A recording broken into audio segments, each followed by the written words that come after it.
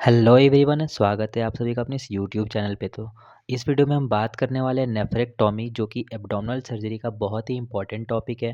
तो चलिए वीडियो को स्टार्ट करते हैं। तो नेफ्रेक्टोमी का डेफिनेशन देखते हैं हम। नेफ्रो मतलब किडनी, और एक्टोमी मतलब removal of the surgical removal of kidney is known as nephrectomy.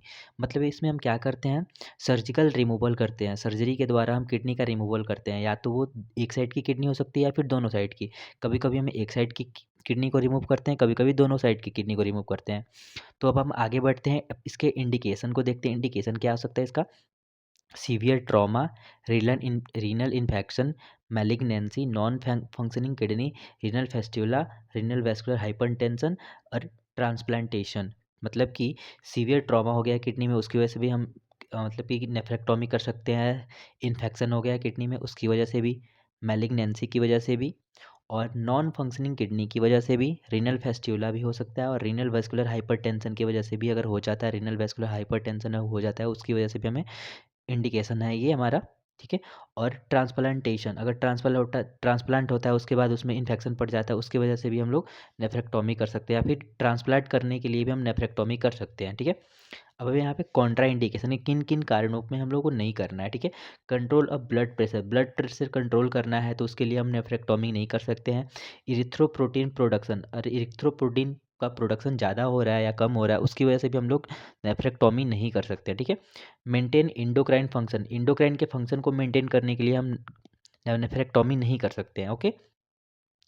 डिप्यूरेशन of exercise body की डिप्यूरेशन के लिए हम लोग नहीं कर सकते। ठीक है। रीनल ट्रॉमा मतलब कि रीनल में ट्रॉमा हुआ है, उसकी वजह से नहीं कर सकते हम। ठीक है। और सीवियर कोगुलोपैथी है, उसमें भी हम लोग नहीं कर सकते हैं। ये भी हमारा कॉन्ट्रा इंडिकेशन है। मैलिग्नेंट रीनल ट्यूमर है, और यहाँ पे मैलिग्नेंसी ऊपर थी।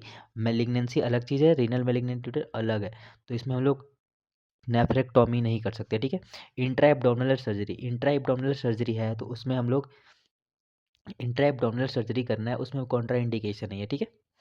Site of incision, the surgeon makes an cut in abdomen और the side of the abdomen. मतलब इसको क्या बोलेंगे, फ्लैंक एरिया में हम एब्डोमेन में हम लोग एक कट लगाते हैं, उसके बाद सर्जरी करते हैं। अब हम देखते हैं कॉम्प्लिकेशन क्या हो सकता है अगर हम नेफ्रेक्टोमी करते हैं, उसके बाद क्या कॉम्प्लिकेशन देखने को मिल सकता है पेशेंट में। तो वहाँ पे सीवियर ब्लीडिंग हो सकती है, ब्लीडिंग देखने को मिलेगा। इन्फेक्शन हो सकता है, वुंड वगैरह बनेगा वहाँ पे, तो वहाँ पे इन्फेक्शन होने के चांसेस ज़्यादा रहते हैं। Injury to nearby organs में भी इंजरी हो सकती है, सेल डैमेज हो गए, टिश्यू डैमेज होंगे। ठीक है। रिएक्शन ऑफ द मेडिसिन, अगर हम कोई मेडिसिन लेते हैं पेन किलर्स वगैरह, उसका भी अपोजिट रिएक्शन देखने को मिलता है हमें। निमोनिया आफ्टर द सर्जरी, मतलब कि मैक्सिमम चांसेस है कि निमोनिया हो सकते हैं सर्जरी के बाद। ठीक है। और इसका मेडिकल मैनेजमेंट देखते हैं कैसे करते हैं। जनरल एनेस्थीसिया देंगे। ठीक है। और उसके बाद सर्जिकल मैनेजमेंट देखेंगे। ठीक है। सर्जिकल मैनेजमेंट और मेडिकल मैनेजमेंट में जनरल एनेस्थीसिया देंगे। A small tube that drains urine from your bladder called a catheter also placed before surgery during the nephrectomy. Their urological surgeon anesthesia team work together to minimize pain after surgery. मतलब कि pen को minimise करने के लिए हम लोग together में surgeon क्या है उसको देते हैं कि एनेस्थीसिया देते हैं। ठीक है। A small tube that drain urine from your bladder called catheter कहते हैं उसको। ठीक है। Also placed before the surgery during nephrectomy. Okay. The urological surgeon anesthesia team work together to minimize the pain after surgery. मतलब surgery के बाद जो भी पेन हो रहा है उसको मिनिमाइज करने के लिए हमें जो जनरल एनेस्थीसिया दिया जाता है। ठीक है, पेशेंट को। तो नेक्स्ट है कैसे हमारा सर्जरी कैसे करनी है। सर्जरी तीन तरह की हो सकती है, पार्शियल नेफ्रेक्टोमी, रेटिकल नेफ्रेक्टोमी और सिंपल नेफ्रेक्टोमी। पार्शियल नेफ्रेक्टोमी हम सबसे पहले देखते हैं। द ओनली कैंसरस ट्यूमर और disease on the tissue is removed, living in place such healthy kidney tissue as possible. मतलब कि कैंसरस ट्यूमर को ही हम लोग रिमूव करते हैं इसमें, पार्शियल में। ठीक है। Living the place much a healthy tissue as possible, मतलब कि हेल्दी किडनी हम छोड़ देते हैं। ठीक है। और जो भी रिमूव करना होता है कैंसरस ट्यूमर ही हम लोग इस पार्शियल नेफ्रेक्टोमी में निकालते हैं, और जो हेल्दी किडनी के टिश्यूज़ है उनको छोड़ देते हैं। ठीक है। वह रेटिकल नेफ्रेक्टोमी में क्या होता है, one kidney is remove together with the neighbouring adrenal gland and lymph nodes. मतलब कि इसमें एक एक क्या होता है, एक किडनी निकालते हैं विथ किसके साथ, नेबरिंग एड्रिनल ग्लैंड, मतलब कि और नोड्स के साथ, मतलब किडनी तो निकालते हैं, उसके साथ साथ एड्रिनल ग्लैंड में निकालते हैं और लिम्फ नोड्स में निकाल लेते हैं, ठीक है।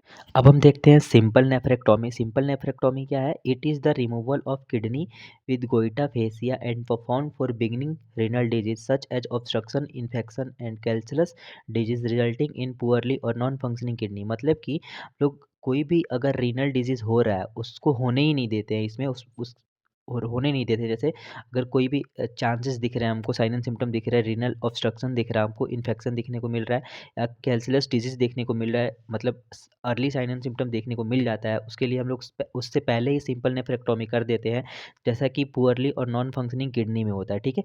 अगर नॉन फंक्शनिंग किडनी हो जाता है उसमें भी हम लोग क्या करते हैं, रीनल डिजीज़ और सिंपल नेफ्रेक्टोमी कर देते हैं। और ये हमारा सबसे बेस्ट तरीका होता है, मतलब कि डिजीज़ आने से पहले ही हम इसमें सिंपल नेफ्रेक्टोमी कर देते हैं। तो आई होप आप सबको ये वीडियो अच्छी लगी हो तो वीडियो को लाइक कर देना, चैनल पे नए हो तो चैनल को सब्सक्राइब कर देना। मिलता हूँ अगले वीडियो में, तब तक के लिए बाय बाय।